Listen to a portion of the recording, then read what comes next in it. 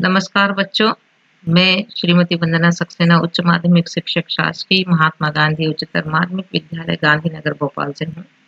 कक्षा 12वीं की हिंदी, जिसमें अभिव्यक्ति और माध्यम नामक पुस्तक के अंतर्गत विभिन्न माध्यमों के लिए लेखन पाठ का आज हम अध्ययन करेंगे। इस पाठ के अंतर्गत जो भी लेखन के माध्यम होते हैं उन पर हमारी विस्तृत चर्चा होगी। सबसे पहले आता है प्रस्तावना। विभिन्न जनसंचार माध्यमों के लिए लेखन के अलग-अलग तरीके हैं। अखबार और पत्र पत्रिकाओं में लिखने की अलग शैली है, जबकि रेडियो और टेलीविजन के लिए लिखना एक अलग करना है। क्योंकि माध्यम अलग-अलग हैं, इसलिए उनकी ज़रूरतें भी अलग हैं। विभिन्न माध्यमों के लिए लेखन के अलग-अलग तरीकों को समझना बहुत ज़रूरी है। इन माध्यमों के लेखन के लिए बोलने, लिखने के अतिरिक्त पाठकों, श्रोताओं और दर्शकों की ज़रूरतों को भी ध्यान में रखा जाता है।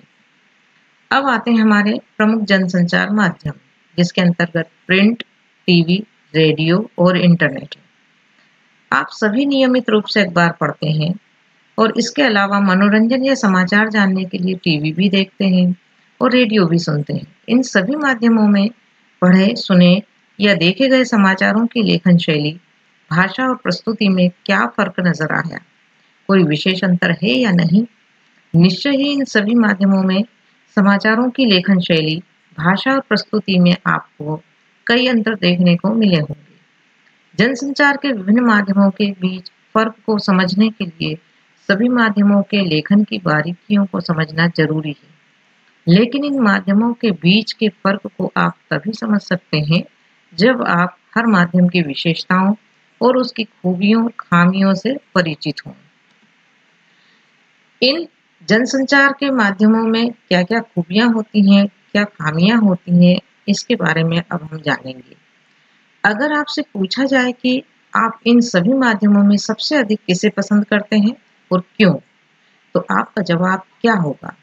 संभव है आप या आपके दोस्त अलग-अलग जनसंचार माध्यमों को इसलिए पसंद करते हैं क्योंकि उनकी विशेषताएं या खूबियां आपकी या आपके दोस्तों के मिजाज, रुचियां, जरूरतों और पहुंच के अनुकूल हैं।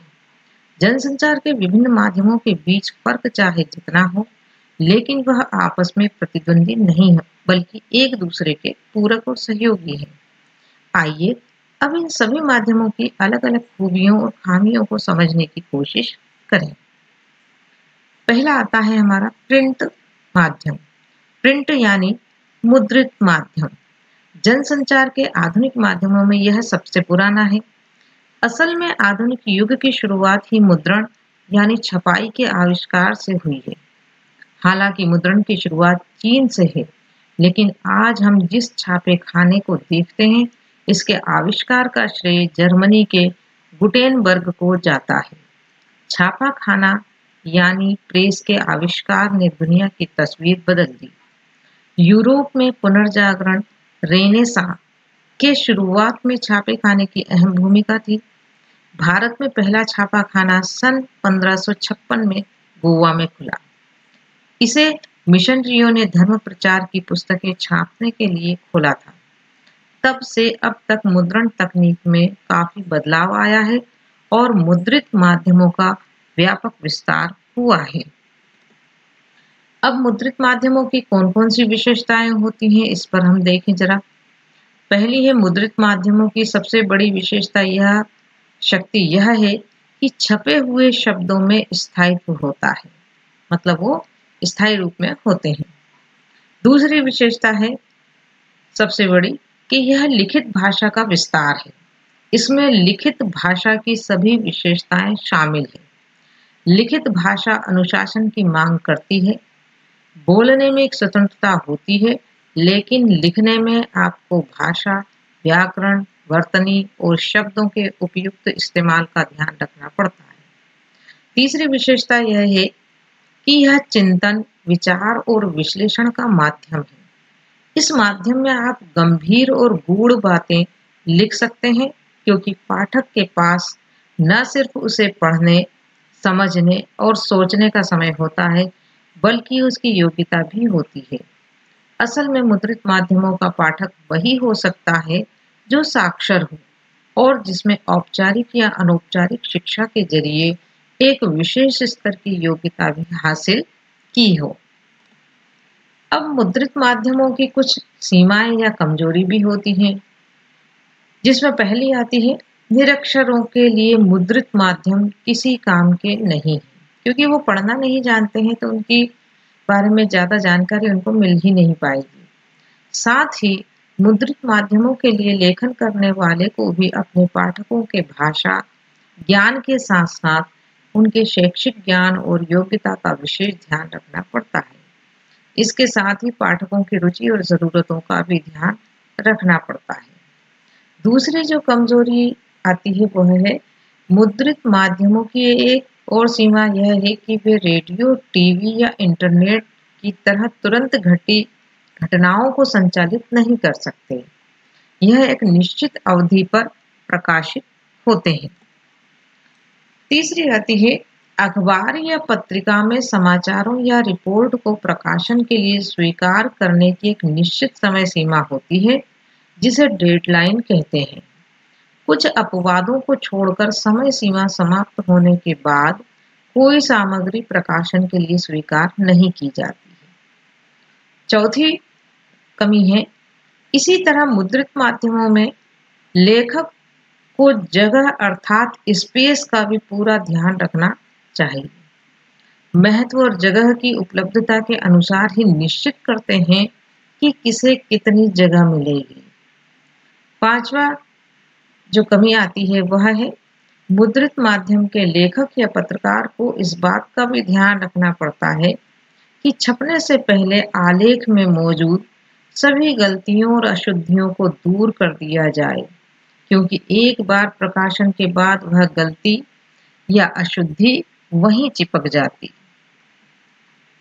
मुद्रित माध्यमों में लेखन के लिए जो जरूरी बातें होती हैं जिन्हें ध्यान रखना पड़ता है, उसमें हमारी ये बातें आती हैं। पहली है लेखन में भाषा, व्याकरण, वर्तनी और शैली का ध्यान रखना जरूरी है। प्रचलित भाषा के प्रयोग पर जोर रहता है। दूसरी बात है समय सीमा और आवंटित जगह के अनुशासन का पालन करना हर हाल में जरूरी है। तीसरी बात आती है लेखन और प्रकाशन के बीच गलतियों और अशुद्धियों को ठीक करना जरूरी होता है। चौथी बात आती है लेखन में सहज प्रवाह के लिए तारतम्यता बनाए रखना जरूरी है। अब अगला माध्यम अपना आता है रेडियो। रेडियो श्रव्य माध्यम है। इसमें सब कुछ ध्वनि, स्वर और शब्दों का खेल है। इन सब वजहों से रेडियो को श्रोताओं से संचालित माध्यम माना है। रेडियो पत्रकारों को अपने श्रोताओं का पूरा ध्यान रखना चाहिए। इसकी वजह यह है कि अखबार के पाठकों को यह सुविधा उपलब्ध रहती है कि वे अपनी पसंद और इच्छा से कभी और कहीं भी पढ़ सकते हैं, लेकिन रेडियो के श्रोताओं को यह सुविधा उपलब्ध नहीं होती है। स्पष्ट है कि रेडियो में अखबार की तरह पीछे लौटकर सुनने की सुविधा नहीं है।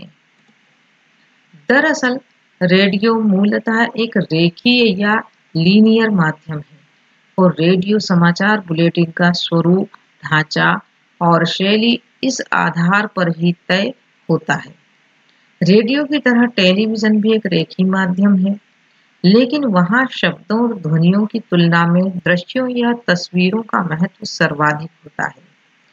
टीवी में शब्द दृश्यों के अनुसार और उनके सहयोगी के रूप में चलते हैं, लेकिन रेडियो में शब्द और आवाज ही सब कुछ है। अब रेडियो समाचार की संरचना कैसी होती है, इसके बारे में हम जानें। रेडियो समाचार की संरचना अखबारों या टीवी की तरह उल्टा पिरामिड शैली पर आधारित होती है। चाहे आप किसी भी माध्यम के लिए समाचार लिख रहे हो, समाचार लेखन की सबसे प्रचलित, प्रभावी और लोकप्रिय शैली उल्टा पिरामिड शैली ही है। सभी तरह के जनसंचार माध्यमों में सबसे अधिक यानी 90% खबरें या स्टोरीज इसी शैली में लिखी जाती हैं। उल्टा पिरामिड शैली में समाचार के सबसे महत्वपूर्ण तथ्य को सबसे पहले लिखा जाता है और उसके बाद घटते हुए महत्व क्रम में अन्य तथ्यों या सूचनाओं को लिखा या बताया जाता है। इस शैली में किसी घटना, विचार, समस्या का ब्यौरा कालानुक्रम के बजाय सबसे महत्वपूर्ण तथ्य सूचना से शुरू होता है। तात्पर्य यह है कि इस शैली में कहानी की तरह क्लाइमेक्स अंत में नहीं, बल्कि खबर के बिल्कुल शुरू में आता है। उल्टा पिरामिड शैली के तहत समाचार को 3 हिस्सों में विभाजित किया जा सकता है: इंट्रो, बॉडी और समापन। समाचार के इंट्रो या लीड को हिंदी में मुखड़ा भी कहते हैं। इसमें खबर के मूल तत्व को शुरू की 2 या 3 पंक्तियों में बताया जाता है। यह खबर का सबसे अहम हिस्सा होता है। इसके बाद बॉडी में समाचार के विस्तृत ब्यौरे को घटते हुए महत्व क्रम में लिखा जाता है। हालांकि इस शैली में अलग से समापन जैसी कोई चीज नहीं होती और यहाँ तक कि प्रासंगिक तथ्य और सूचनाएं भी दी जा सकती हैं।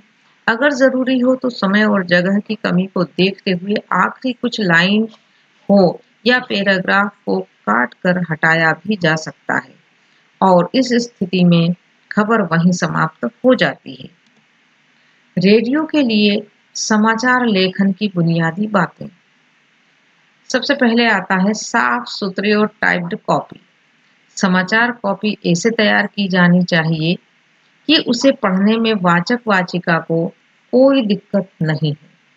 अगर समाचार कॉपी टाइप्ड और साफ सुथरी नहीं है तो उसे पढ़ने के दौरान वाचक या वाचिका के अटकने या गलत पढ़ने का खतरा रहता है और इससे श्रोताओं का ध्यान बढ़ता है या वे भ्रमित भी हो जाते हैं। कॉपी के दोनों ओर पर्याप्त हाशिया छोड़ा जाना चाहिए। एक लाइन में अधिकतम 12 से 13 शब्द होने चाहिए। समाचार कॉपी में ऐसे जटिल और उच्चारण में कठिन शब्द, संक्षिप्ताक्षर, अंक आदि नहीं लिखने चाहिए जिन्हें पढ़ने में जबान लड़खड़ाने लगे। अंकों को लिखने में खास सावधानी रखनी चाहिए। ख में आता है डेडलाइन, संदर्भ और संक्षिप्ताक्षर का प्रयोग। रेडियो में अखबारों की तरह डेडलाइन अलग से नहीं बल्कि समाचार से ही गुथी होती है। रेडियो पर 24 घंटे समाचार चलते रहते हैं। श्रोता के लिए समय का फ्रेम हमेशा आज होता है। इसलिए समाचार में आज, आज सुबह, आज दोपहर, आज शाम, आज तड़के आदि का इस्तेमाल किया जाता है। इसी तरह बैठक कल होगी या कल हुई बैठक में का प्रयोग किया जाता है। इसी सप्ताह, अगले सप्ताह, इस महीने, अगले महीने या इस साल, पिछले साल या पिछले बुधवार आदि का इस्तेमाल करना चाहिए। संक्षिप्ताक्षर के इस्तेमाल में काफी सावधानी बरतनी चाहिए। बेहतर तो यही होगा कि उनके प्रयोग से बचा जाए और अगर जरूरी हो तो समाचार के शुरू में पहले उसे पूरा दिया जाए, फिर संक्षिप्ताक्षर का प्रयोग किया जाए। संक्षिप्ताक्षरों के प्रयोग के दौरान यह देखा जाना चाहिए कि वह कितना लोकप्रिय है, जैसे WTO, UNICEF, SAARC, ICICI bank का इस्तेमाल सीधे भी किया जा सकता है। अगला माध्यम आता है टेलीविजन। जब हम टेलीविजन लेखन की बात करते हैं तो यह साफ है कि इसमें दृश्यों की अहमियत सबसे ज्यादा है। यह कहने की जरूरत नहीं है कि टेलीविजन देखने और सुनने का माध्यम है और इसके लिए समाचार या आलेख, जिसे स्क्रिप्ट कहते हैं, लिखते समय इस बात पर खास ध्यान रखने की जरूरत पड़ती है कि आपके शब्द पर्दे पर दिखने वाले दृश्य के अनुकूल हो। इसलिए टीवी के लिए खबर लिखने की बुनियादी शर्त दृश्य के साथ लेखन है। दृश्य यानी कैमरे से लिए गए शॉट्स जिनके आधार पर खबर बुनी जाती है। अगर शॉट्स आसमान का है तो हम आसमान की ही बात लिखेंगे, समंदर की नहीं। अगर कहीं आग लगी हुई है तो हम उसका जिक्र करेंगे, पानी का नहीं। टेलीविजन के लिए लेखन कई तरीके से होता है। क्योंकि टेलीविजन पर खबर पेश करने के तरीकों में लगातार बदलाव आ रहा है, इसीलिए इसे लिखने के तरीके भी लगातार बदल रहे हैं। टीवी खबरों के विभिन्न चरण, किन किन चरणों में ये आती हैं। टीवी में सूचनाएं कई चरणों से होकर दर्शकों के पास पहुंचती है। ये चरण निम्नलिखित हैं, जिसमें सबसे पहला आता है फ्लैश या ब्रेकिंग न्यूज़। आज हम सबसे ज़्यादा टीवी में इसी प्रकार की न्यूज़ देखते हैं कि ब्रेकिंग न्यूज़ में क्या हेडलाइन चल रही है। सबसे पहले कोई बड़ी खबर फ्लैश या ब्रेकिंग न्यूज़ के रूप में तत्काल दर्शकों तक पहुंचाई जाती है। इसमें कम से कम शब्दों में महज सूचना दी जाती है। दूसरा चरण आता है ड्राई एंकर। इसमें एंकर खबर के बारे में दर्शकों को सीधे सीधे बताता है कि कहाँ, क्या, कब और कैसे हुआ। जब तक खबर के दृश्य नहीं आते, एंकर दर्शकों को रिपोर्टर से मिली जानकारियों के आधार पर सूचनाएं पहुंचाता है। तीसरा चरण आता है फोन इन। इसके बाद खबर का विस्तार होता है और एंकर रिपोर्टर से फोन पर बात करके सूचनाएं दर्शकों तक पहुंचाता है। चौथा चरण आता है एंकर विजुअल। जब घटना के दृश्य या विजुअल मिल जाते हैं, तब उन दृश्यों के आधार पर खबर लिखी जाती है जो एंकर पढ़ता है। पांचवा चरण आता है एंकर बाइट। बाइट यानी कथन। टेलीविजन पत्रकारिता में बाइट का काफी महत्व है। टेलीविजन में किसी भी खबर को पुष्ट करने के लिए इससे संबंधित बाइट दिखाई जाती है। छठा चरण आता है लाइव। लाइव यानी किसी खबर का घटना स्थल से सीधा प्रसारण। सभी टीवी चैनल कोशिश करते हैं कि किसी बड़ी घटना के दृश्य तत्काल दर्शकों तक सीधे पहुंचाए जा सके। सातवां चरण आता है एंकर पैकेज। पैकेज किसी भी खबर को संपूर्णता के साथ पेश करने का एक जरिया है। इसमें संबंधित घटना के दृश्य, इससे जुड़े लोगों की बाइट के जरिए जरूरी सूचनाएं आदि होती हैं। टेलीविजन लेखन इन तमाम रूपों को ध्यान में रखकर किया जाता है। जहां जैसी जरूरत होती है, वहां वैसे वाक्यों का इस्तेमाल होता है। शब्द का काम दृश्य को आगे ले जाना है ताकि वह दूसरे दृश्यों से जुड़ सके। उसमें निहित अर्थ को सामने लाना है ताकि खबर के सारे आशय खुल सके। रेडियो और टेलीविजन समाचार की भाषा और शैली। अब इनकी भाषा और शैली क्या होती है, इस पर देखें हम। दरअसल किसी भी तरह के लेखन का कोई फार्मूला नहीं हो सकता, रेडियो और टीवी पत्रकारिता का भी नहीं। प्रयोगशीलता भाषा को भी समृद्ध करती है और माध्यम को भी। रेडियो और टीवी आम आदमी के माध्यम है। भारत जैसे विकासशील देश में उसके श्रोताओं और दर्शकों में पढ़े लिखे लोगों से निरक्षर तक और मध्यम वर्ग से लेकर किसान मजदूर तक सभी है। इन सभी लोगों की सूचना की जरूरतें पूरी करना ही रेडियो और टीवी का उद्देश्य है। जाहिर है कि लोगों तक पहुंचने का माध्यम भाषा है और इसलिए भाषा ऐसी होनी चाहिए कि वह सभी को आसानी से समझ में आ सके, लेकिन साथ ही भाषा के स्तर और गरिमा के साथ कोई समझौता भी न करना पड़े। इस कारण हमारा यह दायित्व है कि हम आपसी बोलचाल में जिस भाषा का इस्तेमाल करते हैं, उसी तरह की भाषा का इस्तेमाल रेडियो और टीवी समाचार में भी करें। सरल भाषा का सबसे बेहतर उपाय यह है कि वाक्य छोटे, सीधे और स्पष्ट लिखे जाएं। असल में जब खुद किसी चीज को ठीक से समझ नहीं पाते तो उसे जटिल तरीके से लिखते हैं। रेडियो और टीवी में आप कितनी सरल, संप्रेषणीय और प्रभावी भाषा लिख रहे हैं, यह एक बेहतर तरीका है कि आप समाचार लिखने के बाद उसे बोल बोल कर पढ़ें।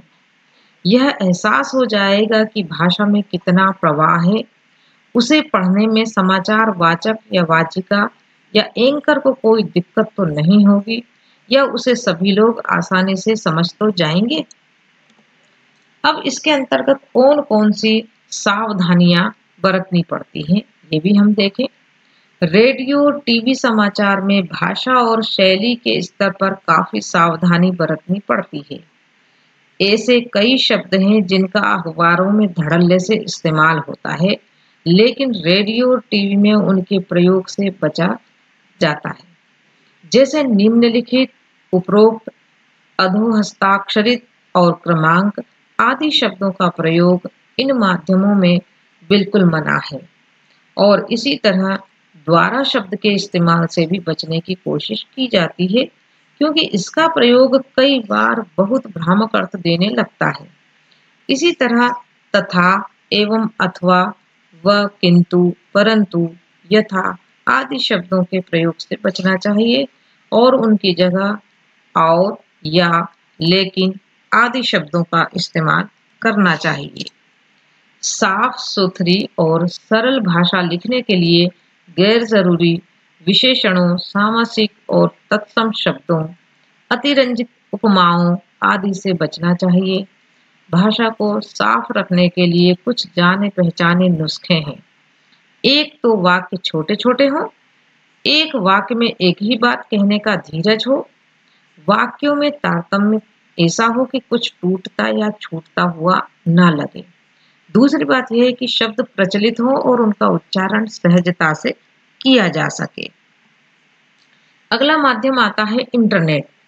इंटरनेट पत्रकारिता, ऑनलाइन पत्रकारिता, साइबर पत्रकारिता या वेब पत्रकारिता, इसे आप कुछ भी कह लीजिए, नई पीढ़ी के लिए अब यह एक आदत सी बनती जा रही है। जो लोग इंटरनेट के अभ्यस्त हैं या जिन्हें चौबीसों घंटे इंटरनेट की सुविधा उपलब्ध है, उन्हें अब कागज पर छपे हुए अखबार उतने ताजे और मनभावन नहीं लगते। उन्हें हर घंटे 2 घंटे में खुद को अपडेट करने की लत लगती जा रही है। भारत में कंप्यूटर साक्षरता की दर बहुत तेजी से बढ़ रही है। पर्सनल कंप्यूटर इस्तेमाल करने वालों की संख्या में भी लगातार इजाफा हो रहा है। उसकी वजह यह है कि इंटरनेट पर आप एक झटके में दुनिया भर की चर्चाओं, परिचर्चाओं में शरीक हो सकते हैं और अखबारों की पुरानी फाइलें खंगाल सकते हैं।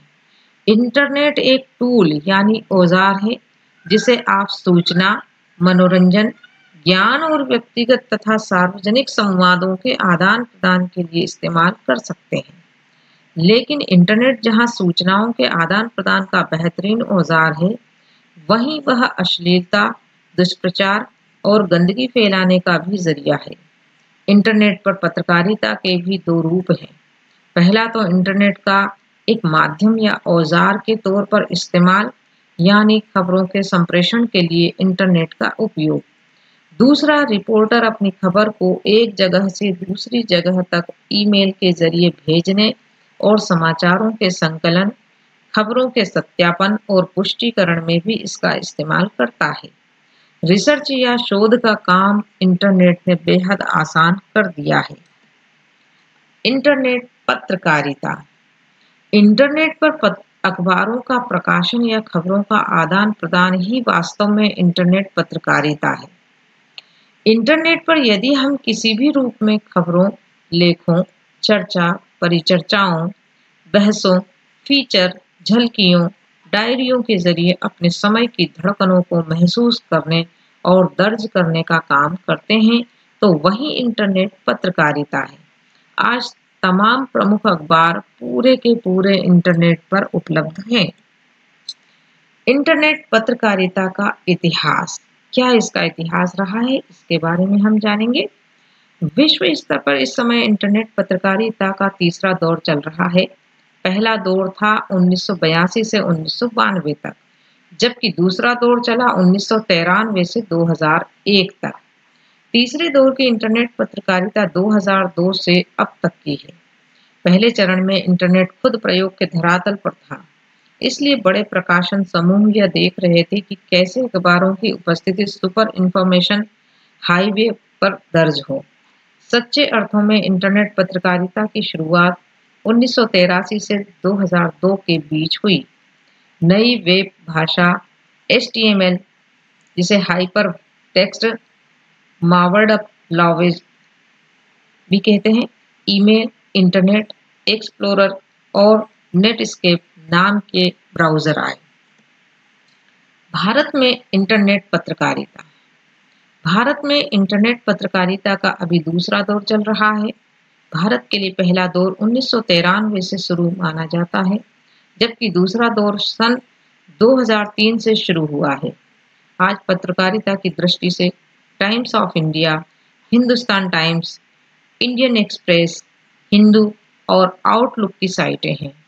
इंडिया टुडे जैसी कुछ साइटें भुगतान के बाद ही देखी जा सकती हैं।